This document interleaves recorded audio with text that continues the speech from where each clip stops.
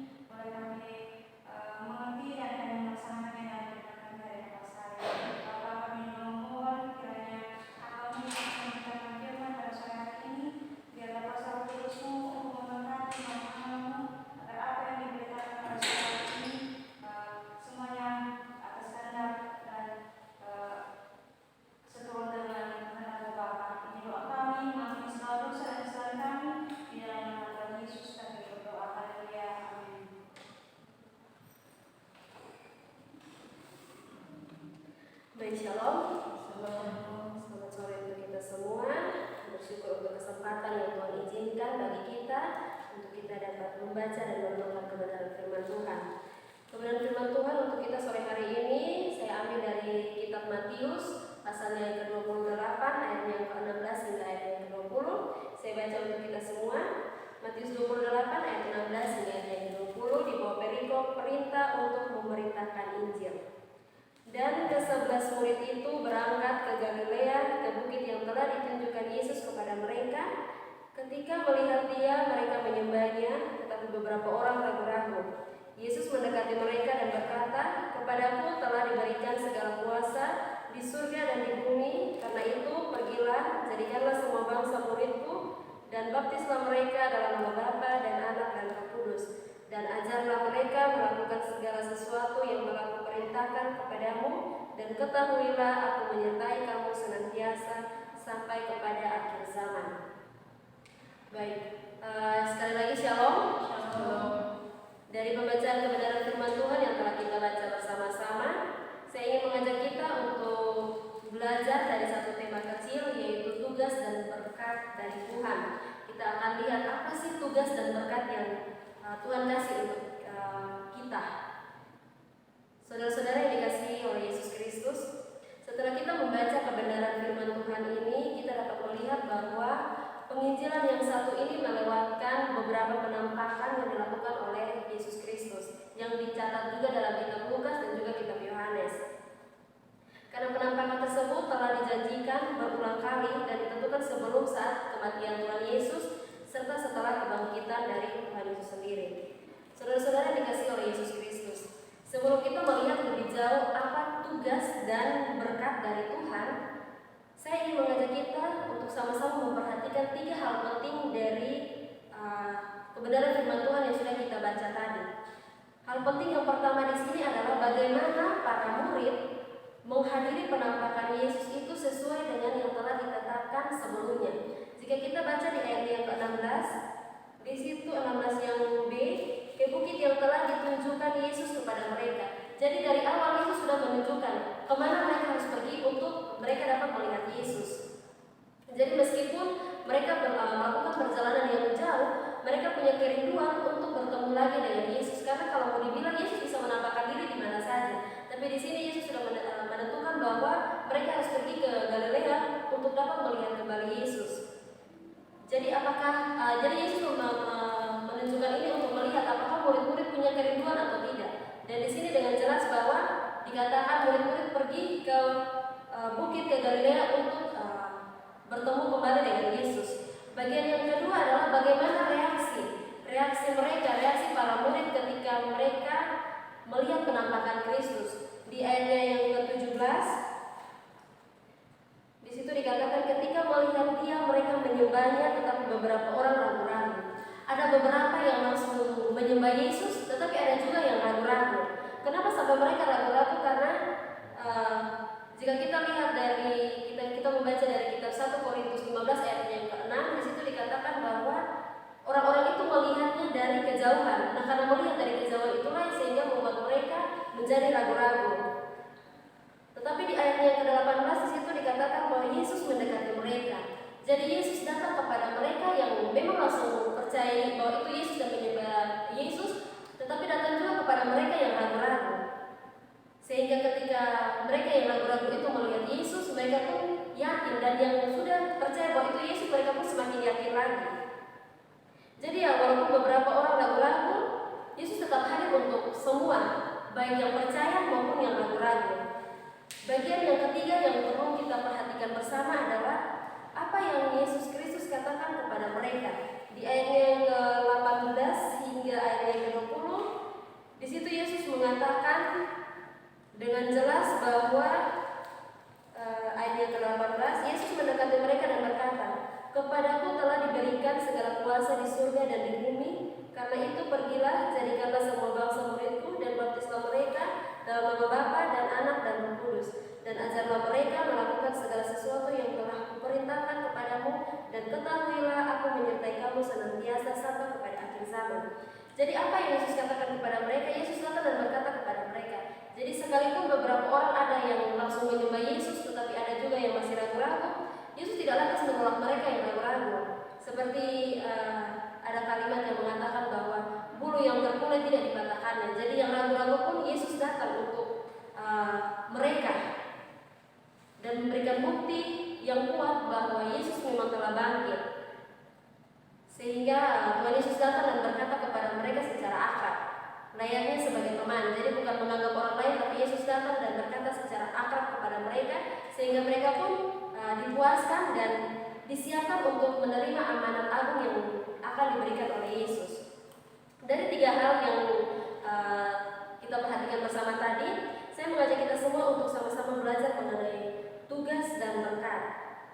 Kita akan lihat dari tugas, apa sih tugas yang Tuhan berikan untuk kita lakukan dari kebenaran firman Tuhan yang tadi kita baca. Tugas yang pertama di ayat yang ke-19 yaitu pergilah. Karena itu pergilah. Di situ dikatakan bahwa karena itu pergilah. Jika kita melihat dalam teks kebenaran firman Tuhan ini, selama ini mereka murid-murid Yesus sangat menyukai kehadiran Yesus secara fisik. Jadi mereka bergantung penuh, bersukacita penuh itu karena mereka tahu bahwa Yesus ada bersama-sama dengan mereka.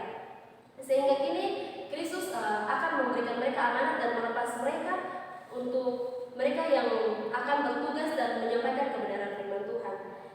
Jadi sebagai orang-orang yang diberkati Tuhan, belajar dari poin ini bahwa tugas pertama kita adalah untuk pergi. Artinya kita ditugaskan untuk menyampaikan Injil Kristus, menyampaikan kebenaran firman Tuhan itu juga bisa dengan banyak cara. Jadi kalau misalkan saat ini kita berpikir, saya tidak bisa menyampaikan kebenaran firman Tuhan, maka hal-hal kecil yang bisa kita sampaikan adalah mungkin dengan kita terlibat aktif dalam pelayanan-pelayanan di gereja, itu menjadi bagian dari salah satu tugas yang sudah kita lakukan. Yang pertama yaitu pergi. Jadi jangan kita berpikir bahwa saya tidak bisa lakukan apa-apa, tapi cobalah kita terlibat dalam pelayanan-pelayanan kecil di gereja seperti pujian, WL, atau mungkin yang punya talenta di musik bisa memainkan alat musik di gereja. Itu bagian dari tugas yang pertama yaitu pergilah. Kemudian kita lihat tugas yang kedua. Yang kedua ini kita lihat di ayat yang ke-19 juga, yaitu jadikanlah semua bangsa muridku. Tugas yang kedua adalah Tuhan amanatkan untuk kita agar kita pergi, lalu kita jadikan semua bangsa itu muridnya Yesus Kristus. Keselamatan melalui Kristus harus ditawarkan kepada semua orang, bukan hanya orang Kristen, tetapi juga kepada semua orang, sehingga tidak ada satu orang pun kecuali mereka yang sudah kita sampaikan kebenaran firman Tuhan, tapi karena mereka degil, mereka bebal.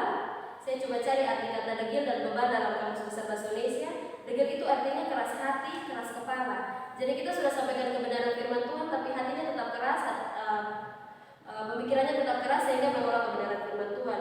Bebal itu artinya orang bodoh yang sukar mengerti. Jadi kita sudah sampaikan pun dia tidak sama sekali tidak mengerti. Keselamatan yang harus kita sampaikan atau yang murid-murid Yesus sampaikan itu adalah keselamatan yang terbuka bagi semua orang. Siapa saja yang mau, biarlah orang-orang itu datang dan mengambil keuntungan dari pengampunan yang Yesus sediakan untuk kita semua. Kemudian tugas yang ketiga adalah baptislah. Ayatnya yang ke-19, masih ayat yang ke-19. Baptislah mereka dalam nama Bapa dan Anak dan Roh Kudus. Tugas selanjutnya adalah melakukan baptisan kudus. Saya percaya Bapak Mama di sini pasti semua sudah dibaptis dengan kudus. Tetapi mungkin anak-anak kita yang sudah pemuda, sudah besar, mari kita arahkan mereka untuk mereka juga memberi diri untuk ikut kelas ini, untuk ikut kelas baptis, dan mereka juga mengalami yang namanya baptisan kudus. Baptisan kudus ini terjadi oleh karena kuasa dari surga, bukan dari kuasa manusia. Jadi selain kita suruh kita punya anak-anak untuk ikut kelas baptisan, untuk ikut kelas ini, kita juga doakan mereka. Jadi mereka ikut kelas ini atau ini kelas baptisan ini bukan karena disuruh orang tua, tapi karena mereka memang sudah siap dari hati untuk menerima Yesus Kristus sebagai juru selamat secara pribadi. Jadi pada saat dibaptis itu bukan atas nama pribadi kita, tapi atas nama Bapa, Anak, dan Roh Kudus. Jadi tiga pribadi, Bapa, Anak, dan Roh Kudus yang punya keahlian yang satu. Jadi tidak bisa dipisahkan antara Bapa sendiri, Anak sendiri, Roh Kudus sendiri. Baptisan dalam nama Bapa itu artinya mempercayai Dia sebagai Bapa dari Tuhan Yesus Kristus. Bapa kita itu sebagai pencipta, pemelihara, pelindung, dan juga sebagai pemilik dari kehidupan kita. Kemudian atas nama Anak yaitu Tuhan Yesus Kristus, Anak Allah yang berkaitan dengan Bapa. Jadi dalam upacara baptisan kudus kita mengakui bahwa Yesus Kristus adalah Anak Allah. Kemudian atas nama Roh Kudus, artinya kita mempercayai Roh Kudus sebagai salah satu pribadi Allah dalam melaksanakan penebusan kita. Kita menyerahkan diri dalam tuntunan dan karyanya sebagai Roh yang menguduskan, mengajar dan membimbing kita serta menghibur kita. Dari ayat ini kita dapat belajar sama-sama apakah kita sebagai orang-orang Kristen, apakah kita yang sudah mengalami baptisan, kita sudah ambil komitmen untuk meninggalkan kehidupan kita yang lama, meninggalkan dosa kita, dan mengambil hidup baru, mengalami hidup baru bersama Kristus. Dan jika kita sudah mengambil komitmen, maka kita juga akan setia dalam kehidupan kita bersama Kristus. Kita setia dalam pelayanan-pelayanan sekecil apapun, kita bisa terlibat aktif. Kemudian tugas yang keempat adalah ajarlah. Di ayat yang ke-20 di situ dikatakan, dan ajarlah mereka melakukan segala sesuatu yang telah kuperintahkan kepadamu. Jika perintahkan untuk kita, ada banyak hal yang perlu kita lakukan. Kita mulai dari khotbah Yesus di bukit. Kita lihat di pasal-pasal sebelumnya, di situ mengenai ucapan bahagia, garam dan terang dunia, hukum Taurat, hal mengumpulkan harta, hal kekhawatiran, hal menghakimi, dan masih banyak lagi pengajaran-pengajaran yang menjadi perintah Tuhan Yesus untuk kita lakukan. Jika tugas selanjutnya adalah ajarkanlah apa yang menjadi perintah Tuhan, maka kita bisa melihat jika kita sudah mengalami yang namanya mengasihi, berarti kita juga bisa mengajarkan hal mengasihi. Karena bagaimana kita mau mengajarkan hal mengasihi jika kita sendiri tidak hidup dalam kasih? Atau misalnya kita mau mengajarkan tentang mengampuni, tapi kalau kita masih hidup dengan rasa marah, rasa dendam, bagaimana kita mau ajar orang untuk mengampuni? Jadi kalau di bagian tugas keempat ini, ajarlah, maka kita mengoreksi diri kita sendiri dulu. Apakah kita sudah melakukan perintah-perintah Tuhan? Barulah kita bisa mengajarkan hal-hal baik kepada orang-orang di sekitar kita. Dari 4 tugas pokok ini yang Tuhan perintahkan kepada kita, seperti halnya kewajiban pasti ada hak. Jadi seperti halnya ada tugas, pasti ada juga berkat yang datang dari Tuhan. Kita akan belajar sama-sama apa berkat Tuhan setelah kita menjalankan 4 tugas ini. Berkat Tuhan itu ada di ayat yang ke-20b. Aku menyertai kamu senantiasa, dan ketahuilah aku menyertai kamu senantiasa sampai kepada akhir zaman. Janji besar atau berkat yang besar yang tak ternilai diawali dengan kata ketahuilah. Untuk menguatkan iman kita dan kita terkhususnya para orang tua, kita tahu bahwa ada firman Tuhan yang mengatakan roh memang penurut tapi daging lemah. Untuk itu mari kita membawa diri kita kepada Tuhan untuk kita bisa belajar menumbuhkan iman, bisa belajar untuk memperkuatkan iman. Karena untuk memperhatikan janji dan berkat ini baik-baik supaya kita bisa teguh dan juga bisa bertahan. Karena zaman sekarang banyak cobaan, banyak godaan yang ada, sehingga kalau kita mau menjalankan perintah ini, kita punya roh, kita penurut, kita mau ada keinginan untuk melakukannya. Tetapi karena keinginan lagi membuat kita malas, lemah, tidak ada keinginan lagi untuk melakukannya. Inilah jaminan yang Tuhan Yesus berikan kepada mereka murid-murid dan juga kepada kita, yaitu Tuhan Yesus sendiri yang akan menyertai kita selama kita menjalankan tugas ini. Saya suka membaca Alkitab ini dari versi yang lain. Yang pertama itu versi mudah dibaca.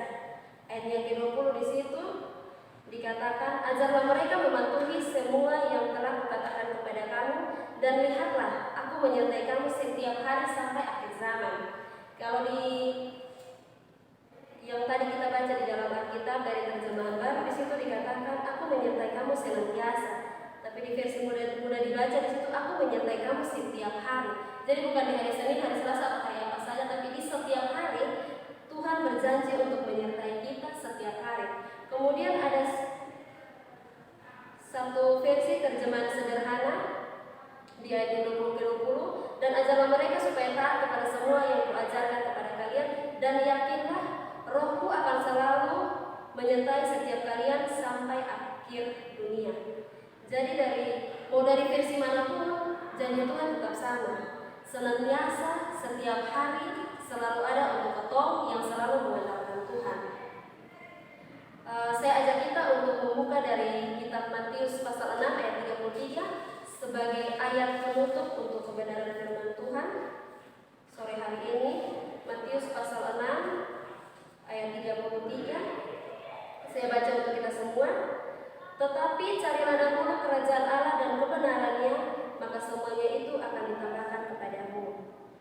Marilah kita katakan amin dengan segenap hati terhadap janji-janji Tuhan, dan percayalah bahwa apa yang sudah kita sampaikan kepada Tuhan dalam doa, dengan kita melakukan perintah-perintah Tuhan, maka janji Tuhan yang mengatakan bahwa Tuhan akan menyertai kita senantiasa sampai kepada akhir zaman, menyertai kita setiap hari, dan kita aminkan itu sebagai harapan dalam kehidupan kita hari lepas hari. Amin untuk kebenaran firman Tuhan. Mari kita berdoa mengucap syukur untuk kebenaran firman Tuhan. Kita berdoa. Segala puji syukur hormat dan bagimu Tuhan, karena begitu besar kasih dan penyertaan-Mu, Engkau masih menyertai kami kami hingga saat ini. Terima kasih Tuhan Yesus, kami sudah membaca dan merenungkan kebenaran firman Tuhan. Tuhan satukan kami dengan kekuatan yang datang daripada Tuhan untuk menjalankan setiap perintah-perintah Tuhan, menjalankan setiap tugas-tugas yang Tuhan berikan kepada kami. Dan kami yakin, kami percaya bahwa berkat Tuhan selalu ada untuk kami senantiasa, setiap hari selalu baru dalam kehidupan kami. Terima kasih Tuhan Yesus, kelanjutan ibadah kami tetap harus sempurna dalam tangan Tuhan. Di dalam nama Tuhan Yesus kami